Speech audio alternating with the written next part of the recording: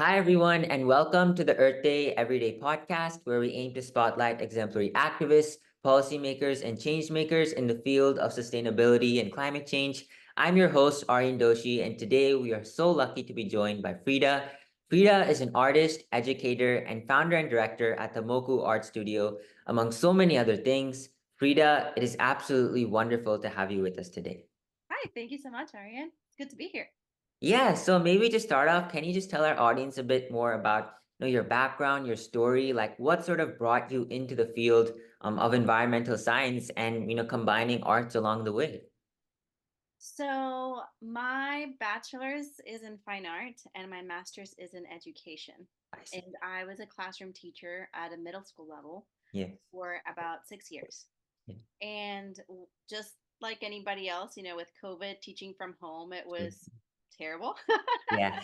Absolutely. And I really wanted to find something that could spark my day, get something new in my For in sure. my life at the time. And I remember thinking that when I was little, I watched or heard of or read, I don't even remember, about deep sea creatures, Yeah. and I Wow. was like, huh, I should probably check that out. And Yeah. it just so happened that that year was the year that the UN Ocean Decade was doing their conference Wow. virtually. Yeah. And so I love research. I like going down, Yeah. the rabbit hole. And so For once sure. I started to like learning about deep sea creatures, I started to listen to some podcasts. I got some books by some Yeah. female biologists in the field. And then I learned about this conference. Absolutely. I signed up as a person Yeah. to see if I Wow. could attend. That's And because, everything was just different during COVID, I got in, and people were very active in the chat, and I just asked questions and they were very encouraging, and they were like, what do you do? And I'm like, well, I'm an artist and an art teacher and I really want to get into this. And they were like, well, the UN Ocean Decade had just put out their goal to include fine arts in their programming, to make sure that like the fine arts was one of the vehicles that scientists could use to be able to disseminate information to the for general sure. public, Yeah. because the science, although important, can be very boring or not Absolutely. not as 100%. Yeah. exciting or understandable. For sure. And so some very wonderful people that I met through the chat in their conference were just Yeah. like, if you're interested, just go for it. Absolutely. And so that's what I did. I started to look at, there was a space for artists that Yeah. did science-based work, but more Wow. so that was science-based work focused on the ocean. Yeah. And I didn't find a place where I felt that it was cohesive or organized. There Yeah. was just not, I thought that I could do better, or True. it could be better. And I thought, I have experience in this and I know Yeah. I could do it, and Yeah. let's go for it. And that's how it started. No, I think that's such an amazing story because, like you said, right, when we're talking about in the field of science, like reading research can be not the most fun of things at times, right? And so the way you brought in arts to that, when people look at art, I think sometimes they step back and take notice, like, wow, this is the harm that we're doing, and this is really the implications of our actions. So I think that's an amazing story. Can you talk maybe a little bit more about how do you use art as this like this avenue for advocacy, really? Because the moment you create a piece of art that resonates with people, in many ways it can unite. And so what sort of goes behind the scenes, I guess, in terms of forming and crafting an art piece that can resonate and that can tell a story? So for my personal art practice, when I like to process things also by creating. And Yeah. so I became obsessed with deep sea creatures, right? Wow. The ocean is so vast. There are 1,000 issues out there that if you have an interest, you can Mhm. find something, right, For to sure. put your energy to. And for me, it was deep sea creatures. And when I was reading one of these books, I think called Below the Darkness by Dr. Edith Wither, she was talking about bioluminescence. And I was like, what is that? Wow. Yeah. And then once I saw a couple of videos of her research and a couple more, like I got myself a little bit more into it, I was like, I'm going to make some prints, because I feel like a lot of people associate the deep sea with like, oh, it's scary and it's Yeah. dark and it's like Absolutely. monsters out there. And, Yeah. just not very, very like doom and gloom, and like, why would you even Yeah. go there? Yeah. And I was like, there's like amazing creatures that make their own light. Like Yeah. that's wild. In Yeah. a place where sunlight Absolutely. doesn't reach. Like that's pretty amazing. Yeah. And so as trying to process this, I was just carving some blocks and doing things. And I was like, I would really like to show visually how like incredible these animals are. For sure. And this was something that I was just starting with, right? And then when I kind of started researching, I also saw other artists that have been doing this practice for a long time, Yeah. that I also took inspiration from, where they took like the science and they translated it depending on what they feel is important. So for Yeah. me and my practices, I just want people to be like not scared, but Yeah. say that's cool, and For sure.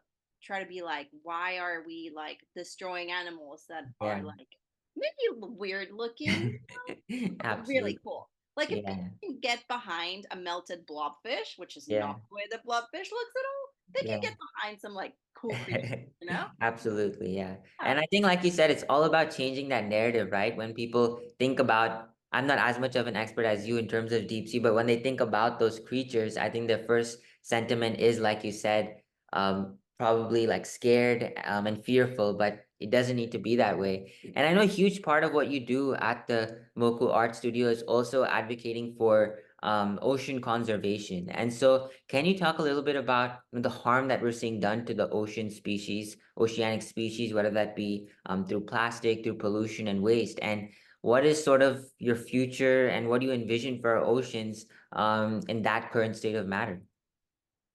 So going back to that first time that I learned about like the UN Ocean Decade, which is a conference that kind of brings together everybody that's trying to Yeah. work to protect the oceans, there's this concept called 30 by 30, which means protecting 30% of the ocean by 2030. Wow. And there's lots of different shoots off of that. But one of the things is, because my interest is in the deep sea, Yeah. there is this part of protecting deep sea because there is deep sea mining going on. Yeah.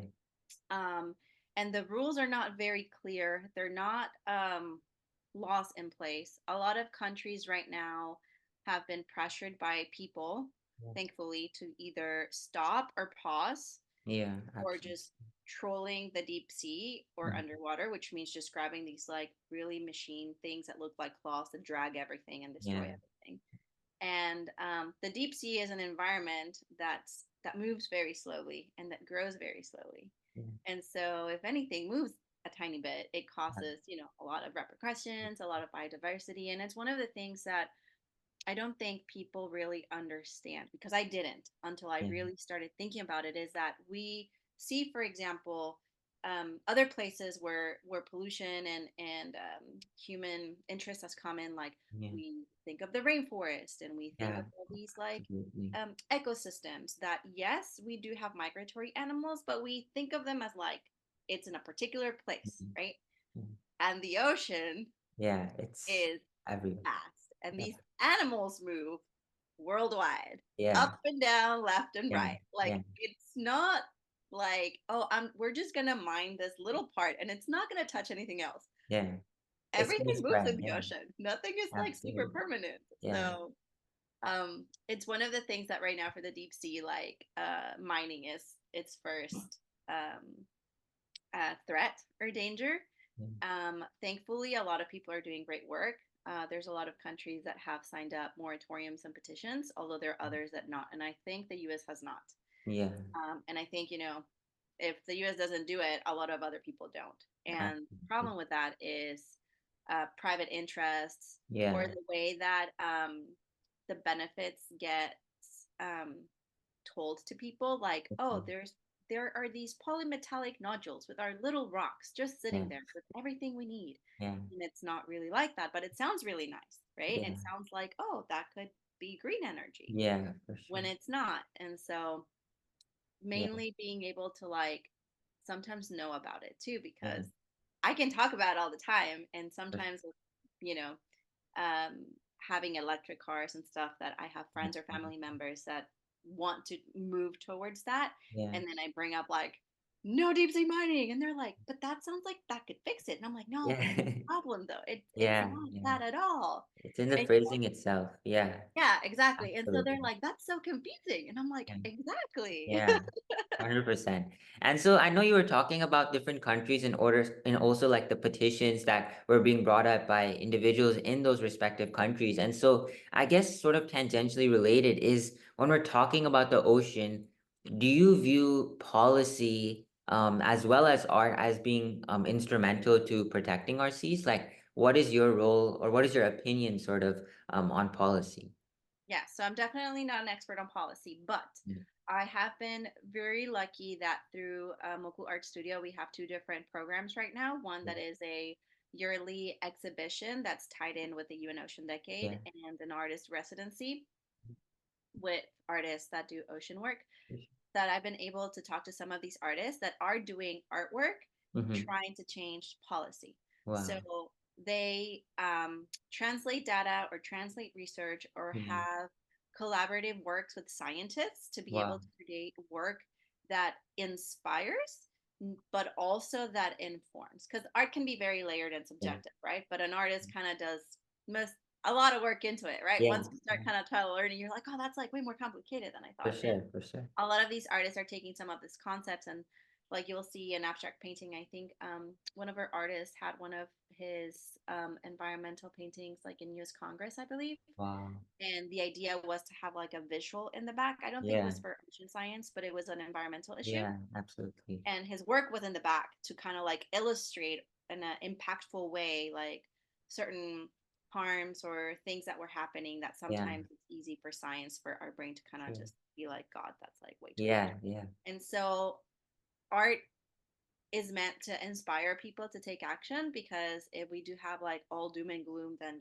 nobody Mm. wants to do anything. Kind For of with sure. like For this sure. mode of like, we're that's it, there's nothing else Yeah. we can do. But I've been very lucky that through our programs I've met really cool artists that are really doing stuff to like teach a little bit about, translate the science in Yeah. a ways that inspire normal people, but also people in power to kind of like stand up and say, you know Yeah. what, like it shouldn't be done, or we need Yeah. to do better. And I think what you're describing, there's sort of this idea of a movement, right? In art, being able to connect with so many people and sort of bridge gaps between wherever you might come from, wherever your source of power might be. And so, maybe sort of on that note, how do you sort of use art as a movement? Is it that each piece you try and resonate with as many people, or is it even just in creating the Moco Art Studio? How do you unite people? Like, how do you sort of gain advocacy and allow people to see? What is it that you're fighting for, and tell them to come and join and be a part of Moku Art. Yeah, so I think it's both. Because my background is as an artist, but also as an educator. And so sometimes in an educator, it feels more like you get experience in organizing a lot of things. Yeah, A lot of teachers have to do a lot with little.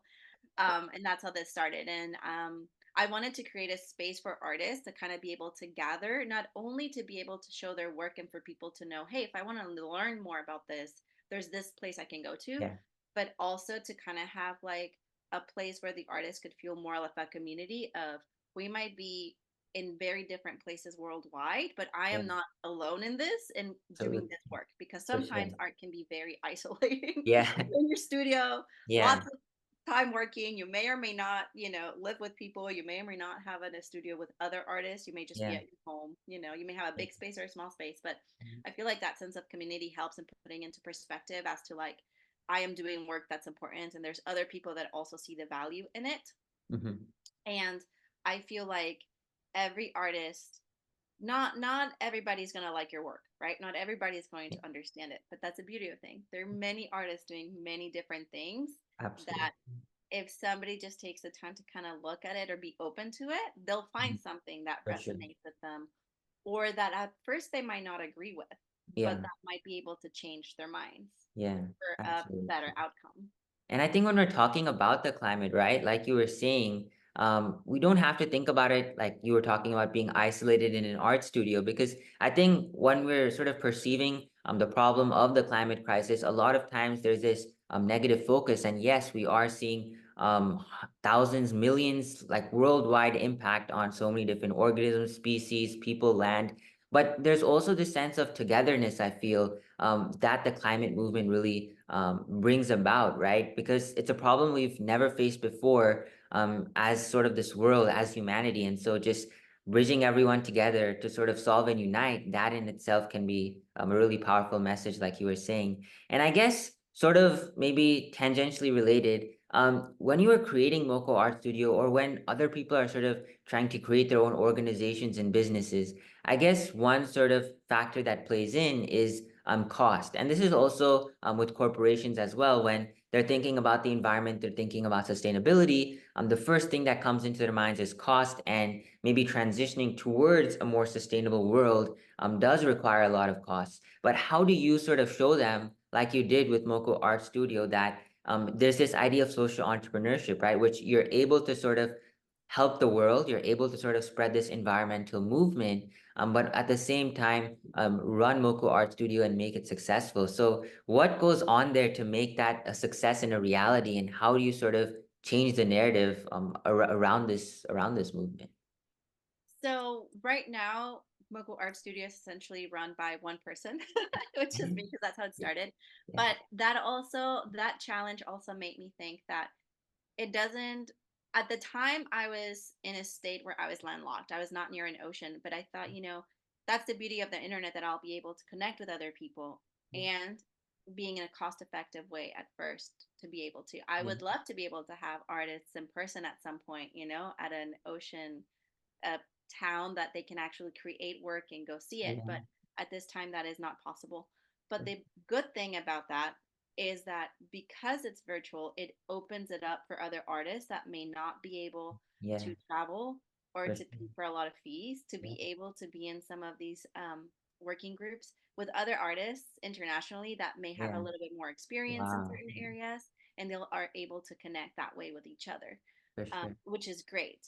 And so, ideally, doing both would be amazing, although a lot of small organizations do have to rely a lot on collaboration, which Absolutely. we are also doing for one of our programs. We're collaborating with another organization in Argentina Wow. to kind of help artists um, do one of our programs together Yeah, because of that. And in a way, a lot of artist residences traditionally are in person, but what yeah, we've seen is that it really allows for a lot of artists that don't have the means, or in their countries that can't travel as much, or is a lot of time and money to yeah, save for an artist residency, which, most of the time is costly, to be able to meet other people, but also feel like they're also participating. And it yeah, allows the artists absolutely. that do have the means to just participate in a program that doesn't take a lot of time from them, Yeah, but that gives them a space where other people will challenge their ideas for and sure. increase the community. But Yeah, I feel like every small organization kind of has to make do with what they have, and they yeah, have to be creative. And one of the things is being kind of like creative in your problem solutions and how yeah, to make it, yeah, and also reaching out to people and say, hey, it looks like we're doing this stuff together and we seem to have the same goals. Like, do you want to work on something for together? sure. Yeah, That being said, I was very excited that this last UN Ocean Decade Conference, there's an organization that I think they're going to launch in September, if I'm not mistaken. yeah, That's one of their goals. I think it's one of wow, their goals is to create a website where organizations can go look for funding wow, yeah. and see, like, kind of like a match. Um, Hmm. you put out your project, and people that They have money connect that want you. to donate, they'll match you with, which Yeah, I think it's great because a lot of us, we can do a lot of work. We just need a yeah, little bit of absolutely. help. Yeah. And I think what you were talking there about the virtual setup is also a really important aspect, because then you're able to meet people from all around the world and have this intergenerational but also inter-country collaboration that the likelihood of that being on an in-person basis would have been much smaller. So I think that's an amazing part of what you do. And then also maybe going back to sort of the problem when we think about the oceans, and going back to this idea of perception, right? When people think about the surface of the ocean, they picture like clean blue waters, but then they sort of forget about what's on the surface of the ocean isn't really what's taking place beneath the ocean. And like we've seen that, I think a major issue that has come about is this idea of plastics, and the Great Pacific Garbage Patch. and oil spills, like we were talking about oil spills in mining. And so how do you sort of envision like plastic waste on beaches and shores? They might seem very distant from the sea, the deep sea, but it's really not, because that plastic just goes down and down and down, and then that harms so many organisms that we never even think about. We give them a second thought. And so what sort of needs to happen on our daily lives, daily basis, to ensure that that plastic waste doesn't end up around the necks, throats of all these marine species? I think being a little bit more conscious. And I know that's hard because I do have two small children at home, and small kids will Yeah, tell you how much stuff you just have to carry around and the amount of stuff that comes in plastic bags and containers. absolutely. And so, you don't have to be perfect at it. You can start very small. It can be as simple as taking your own grocery bag to the grocery store or reusing them. Sometimes we Absolutely. reuse the Yeah. grocery stores for our like trash bags so that, Yeah. at least they get a little bit more use. Mhm. Um, a lot of trash doubles as art supplies. Yeah. If you know how to use them properly. So Yeah. sometimes we do that, get a couple of, it's not forever, but I'll get a couple more use out of them. I Yeah. think it's hard when people think, oh my gosh, I have to change my entire life and I can't do that. And I don't think that's necessary. Would For it be sure. great? Yeah, of course, but it's not sustainable. And that's the Hmm. important part. And so I think if you start with something that's small and that's doable, that you don't have to think about it, you Yeah. create the habit. And so as you feel more comfortable doing these changes in your house, you can kind of keep adding on. And so like taking a reusable bag to your grocery store shopping, and then Mhm. the next time you're like, oh well, I'll buy some reusable mesh bags for my vegetables because Yeah. it'll be easy. And then the next time it'll be something like, oh, there's reusable like soap tablets, super easy, you Right. drop in water Yeah. and now you have soap, and there's Absolutely. no plastic in there For or sure. the containers on it. And is it going to be perfect? No. But I think if everybody did a tiny little bit, we would see a lot of like change. And Yeah. once you get used to it, you kind of realize it's not that bad. We just don't have good systems in place because it's not something that we've been doing collectively for a long time. For sure. And so a little bit goes a long way just to change your mindset and change your habits mainly. Yeah. And I think what you were talking about there, it's also this idea of, I like to say like the power of one, right? Because a lot of the times people enter the field and they're like, how can I, out of the billions and billions of people, make an impact? But I think you just start on a small scale, like you were saying, think about what you're consuming on a daily basis. And maybe if it's just going to the coffee store, bringing your own cup instead, and just small actions like that, if we scale it up to 365 days a week per person, scale it up to country basis, a worldwide basis, then that is billions and billions of waste that we're saving. So I think that that is really important for us to have. But then I think also another perception when we're thinking about climate change is this idea that wherever, let's say, we are, we see the weather, we see the sun shining, we see the nature around us. And so people give it a second thought. They're like, what, climate change? Like, is that really what people are talking about? And so I know you've created Moku Art Studio, and that has been a instrumental source of advocacy in terms of joining people together, expressing their viewpoints. But how do we sort of change that narrative, right? And understand that there are people today and right now who are facing the brunt of climate change, like farmers who are the ones who provide our food on a daily basis, and how if their crops don't work, then we're indirectly impacted as well. And so do you see that sort of mindset play out where you are from? Do you see it play out on a wide scale? And if so, like how do we sort of combat that and change that? So it kind of makes me think of connected a little bit more to the previous question of pollution because Yeah. we had an artist in one of our the Under the Sea exhibition who does work with trash and plastic pollution. And the works that she did, they're like beautiful animals and they're made out of plastic bags and plastic Yeah. containers and like lollipop bags that Wow. kind of calls forth like the animals that impact directly. Yeah. And there's other artists that received microplastics collected by an artist in Hawaii that Yeah. was mailed to her in Canada Wow. to create an artwork, and just the idea of how like yes, they were sent by people, but if they're in the ocean, she would still Yeah. probably get them. Absolutely. And so I think that it's very hard for us to visualize where we are, right? Just human beings, we're kind of like, if it's not in front of us, we don't see it. If it's not deeply Yeah, impactful in the moment, then it doesn't get done, right? And for sure. it's as simple as saying that's why we procrastinate. We all Yeah, have a chair with dirty laundry somewhere, yeah. right? Because if it's not immediate, it doesn't get done. Yeah, absolutely. And so I think this is where the art can help. I think a lot of artists work with different aspects of things, but I think if we kind of, and I think this is, if somebody's not doing it already, it's in somebody's brain. But I Yeah, think this is where digital work sometimes can help us just yeah, visually, like for sure. video, art, and sound Yeah, art, absolutely. because the way our society is consuming media right now, everything's more digital. We have 30-second Absolutely. videos, and it's very hard for people to sit down and watch a film. They For have to sure. consciously do it, right? Yeah, And so I think video art and sound art pieces can help with that because you can kind of see chronologically very quickly, but also projections into the future. absolutely. That's just how we do it. Or even like virtual reality and AR. I Yeah, think exactly. some of those tools, if we use them for that to kind of see, hey, For sure. like I know we're having For fun sure. right now, but Yeah, like there's something in the back happening right now. absolutely. Yeah.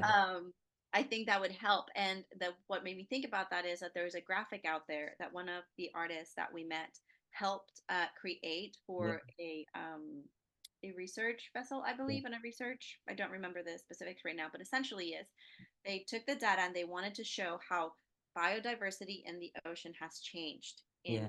like years, right? Mhm. How like 100 years ago is not the same fish or the quantity of fish as now. And they're like, Yeah. how do we show that? That's very hard. And because it was for a visual, I believe it was like for a visual comic that was trying to kind of show people, Yeah. they essentially did a graphic and it was chronologically in one place and they did it Wow. vertically and they said this Yeah. is 100 years ago the amount of fish you would see and the type of Absolutely. fish that you would For see, sure. and this is like 50 years later and you Yeah. see a big species, they're not Yeah. there anymore and there's less, Absolutely. and and now and it's like one or two if you don't protect the diversity, and they're Sure. like even if you protect a certain space 70%, Yeah. you're not perfect, you see a lot of the species come back. Hmm. And so I think that idea of showing chronologically kind of what happened, Where we started, bro.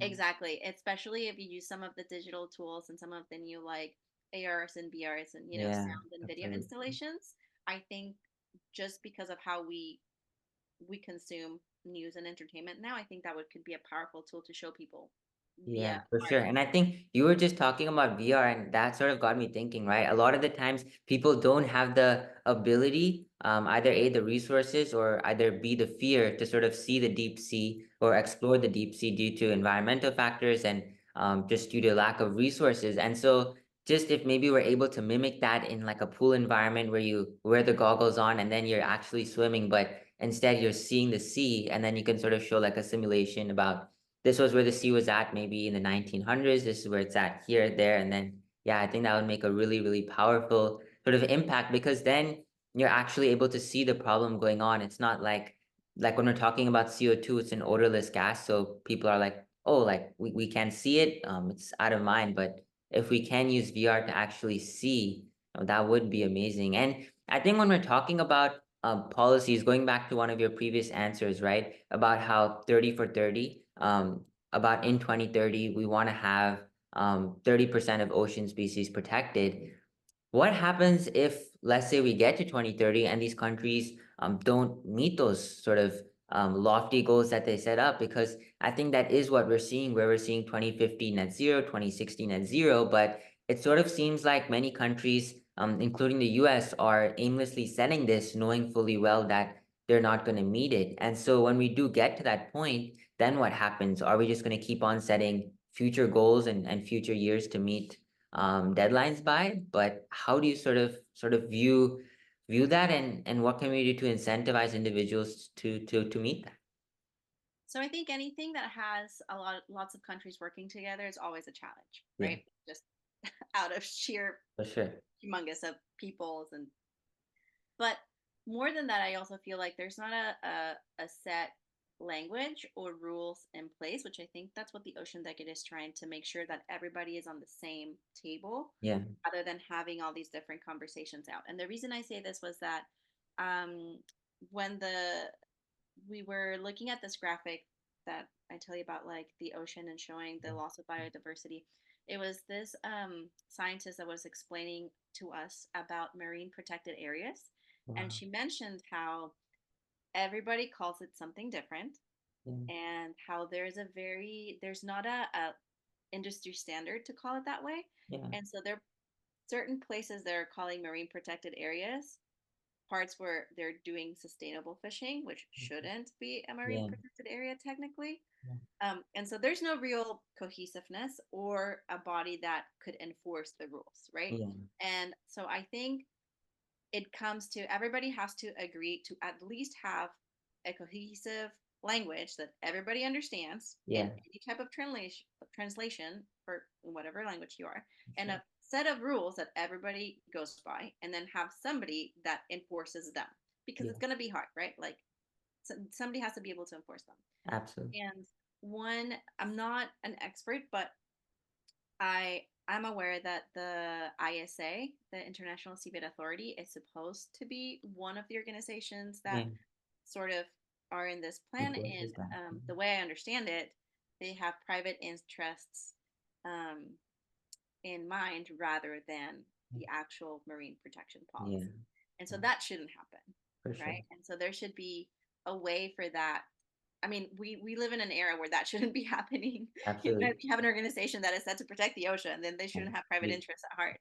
And so just kind of having a system that works to start with, and then kind of start putting everything else in place step by step. Yeah. 100%. And I think what you were talking about, like with the mining and with the drilling, and I think we've seen that in numerous incidents in the ocean play out with all these oil spills and the impact on so many species living in the oceans, but then also the birds who come onto that ocean to maybe eat food. And so I think with private interests, it really does make it hard, and especially if the government wants to sort of keep us on this track of cheap, clean, renewable energy, right? Then the focus is going to be on the oil, on the coal mining, and we're not going to see a transition towards probably the renewable energy that we're really going to need if we are to sort of scale this climate sort of movement to a much bigger scale. But maybe just like a few more questions here. How do you sort of when you created Moku Art Studio, right? It was probably just like a vision like you were talking about, right? But for someone who's like maybe entering the field that doesn't know where to start, how do they sort of take that idea and really transform it from, I guess, an idea to sort of a reality, like from a vision to something real? Because I know that can be hard, especially when you're entering the field. And so how does one get started in doing that? And how did you sort of start doing that as well? So my recommendation would be don't be afraid to send people emails. Yeah, Before it would absolutely. be like pick up the phone and call, Yeah, right? yeah, Don't be afraid to send people emails with questions. I started first just trying to educate myself, mhm, and it started listening to the Deep Sea podcast. yeah, And at the end of the podcast, they always said, if you have any questions, just send us an email. yeah, yeah, And I thought, they're talking a lot about things, and their purpose is to translate, the ocean science in a fun yeah, way. And they were still using certain words that I wasn't getting. And so yeah, I emailed them and I was like, I am so sorry. And it was like a 5 paragraph email, yeah. everything that I understood and stuff that I didn't. And they responded. Wow. And I was just like, what? That's like incredible. And they were like, yeah, that's what we're here for. And so I was like, okay, what do I need to do next? And I was like, well, what can I learn more? And they're like, oh, Yeah, go here. And so it started as me looking for information to me yeah, figuring out, oh, there's something that I can do. yeah, And so I sat down and I said, what do I do and what I don't know, right? What do I do know that I can do for sure? I have art experience and I know how to build programs and connect people. What I'm not an expert at is a lot of the ocean science, yeah, right? And so I was like, how do I bridge that gap? And so I started to look out for a lot of the ocean conservation organizations and see their mhm, programming because a lot of them offer programs for different things, community outreach, yeah, trash pickup, beach cleanup, internships. And there was this organization called the Oxygen Project that at the time was doing like an Artivism Yeah. workshop, Yeah. or not an Artivism workshop, but like how you take your activism and turning into something. Essentially, Yeah. was how to make it into Wow. practice. Yeah. Artivism. Wow. And this was a group of people from all over the world. Like I was doing art, and I remember somebody else from Africa whose project literally was like planting trees. They were like, how do I get to talk to the people Yeah. in my community, like the lawmakers, so that I can plant trees? Mm-hmm. They were like, I'll do the work, I just need the permits. How do I do that? Yeah. And so what we learned essentially was, you kind of write down what you know, you kind of write down what you don't know, and what you want to know. Yeah. And then you figure out if there's an organization in place that kind of does something like that that could help you out, and you reach out. For And sure. 90% of the time, they're more than willing to either help you out directly or point you in the right direction. Absolutely. And so then you kind of go through it, and you start kind of have to talk to people and be willing to send emails into the void and see Yeah. if you hear back or not. But I would say 90% of the time, even if it's a no, we can't right now, Yeah. you'll get some sort of response. Yeah. And so I actually reached out to other organizations, and I was like, "Yeah, I can do this for you." And they were like, "That's great. We just don't have the funding for it." Yeah. And so at first, my goal was like, I can help organizations with their programming, right? Because I have background in For sure. education. And they were like, "That's great. That's a goal. Not right now." Yeah. And I was just like, "That is so disheartening." Like, Yeah. and Absolutely. their question that was posed to me in that group was, "Well, why are you waiting for somebody else to do it? Why don't you do it?" Wow. Yeah. And I was like, "Because I'm not an expert." Yeah. Like, you don't need to be an expert. You just need to be able to open with people Yeah. and ask questions to the people who are experts, so that you can kind of get guidance. For sure. And so that's how it started. I was like, okay, I Wow. want to do this. How can I make it like something that people will take seriously? Well, Yeah. first you have to take yourself seriously. Yeah. And rather than saying, "Oh, this is a project," or "this is," which can be, Yeah. intimidating at first, For you're sure. like, have to put on the hat and be like, "This is kind of like my job," It might Yeah. not be, but you take it that seriously. And then people most of the times get excited and say, "So I don't do that, but email this other person, and Yeah. they can kind of Exactly. explain to you how that could work." For sure. And you kind of then go from there. Yeah. Now, hearing no is hard. Yeah. Setting yourself, For like, sure. being very excited and passionate about something, and then having people respond with not the same excitement Yeah. can be soul crushing, because you're like, Yeah. "Oh, what if what I'm doing it's not right? Or what if I'm just, who am I? Like, I Yeah. I have no background in Yeah. science, Yeah. you know?" But just give yourself like time. You'd be like, "You know what? I'll do another month, and I'll keep at it." And then the Absolutely. next month, one person's going to be like, "Oh, hey, that's interesting. So I don't know yet, but let me see." And you're like, "Okay, well, that was not a no. So I'll do Yeah. another." And Exactly. then that month turns to two, turns to three, turns to Yeah. four. And then you realize, I'm doing it. I'm doing the thing I thought was too scary. Yeah. And people are excited, and I'm excited. Yeah. And then you start connecting with the people that match your interest. Yeah. And then you kind of start going from there. Yeah. And so I'd say, like, not be afraid to feel like you have to know everything. It's Yeah. okay to say, I want to do this. Yeah. I'm not sure, Yeah. but I'm willing to learn if you point me in the right direction. For sure. Yeah. And I think that journey we're talking about, it's just so moving, right? Because you start off not knowing how to enter the field, but then you find a way to do it. And then just emailing, connecting, and outreaching the way that you did to found the organization. I think that's amazing. And so I think maybe last question here, when you're talking to the aspiring environmentalists, I know you've given so much advice already, but what do you sort of say to them in maybe, just a few sentences? Because like you were saying, it is so hard to enter the field, especially because there's this sort of idea that, I'm one person out of so many people. And yes, maybe I can start an organization, help my local community out, but long term, there's sort of this question at the back of your head, like, am I really going to have an impact on the climate? Am I really going to be able to reach the number of people I want to reach? And so how do you sort of advise people to stray away from that mindset? And what do you say to the aspiring environmentalist who sort of is thinking along those lines? So I'd say if you believe with your whole heart Yeah. that your cause is important, Yeah. then that's all you need. For sure. Because you might not know, or you might not see the impact that you're having until a couple of months later, or Yeah. you might not ever. Yeah. But if you believe that what you're doing is the right thing, and you just, kind of like when you feel it in your heart that if you're not doing it, you're kind of like missing out, or you're doing something that should be doing better, Yeah. then even if you were to change your own life, Yeah. slowly the people around you start to get the energy of you, right? It's kind of the same way with plants, right? If you talk pretty to plants and positive to plants, they grow and flourish. Yeah. If you're terrible to plants, they're going to die. Yeah. And Absolutely. so if you believe in your cause and your same energy ends up affecting people around you, whether positively or negatively, and Yeah. they might not buy into your passion at first, Hmm. but they will start getting curious, For and sure. they will start asking questions, Yeah. and at some point they're going to be like, hey, there's Frida with the deep sea weird stuff, like, I have a question. Yeah. And so people start associating, oh, that person actually cares about that, and Yeah. at some point they feel comfortable asking questions. Absolutely. And other times you don't see that.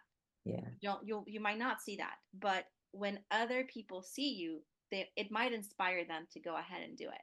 Absolutely. No, I think that is such a wonderful message and story. To just go from where you started to being able to form Moku Art Studio. I think that's a journey that probably resonates with so many environmentalists who are trying to enter the field. So thank you so much. Thank you so much to our audience. Thank you so much to Frida for taking the time. I know, like I was saying, in the middle of a Monday to join me. But yeah, thank you so much, everyone. And we'll see you all on the next episode of Earth Day Every Day. Thank you so much.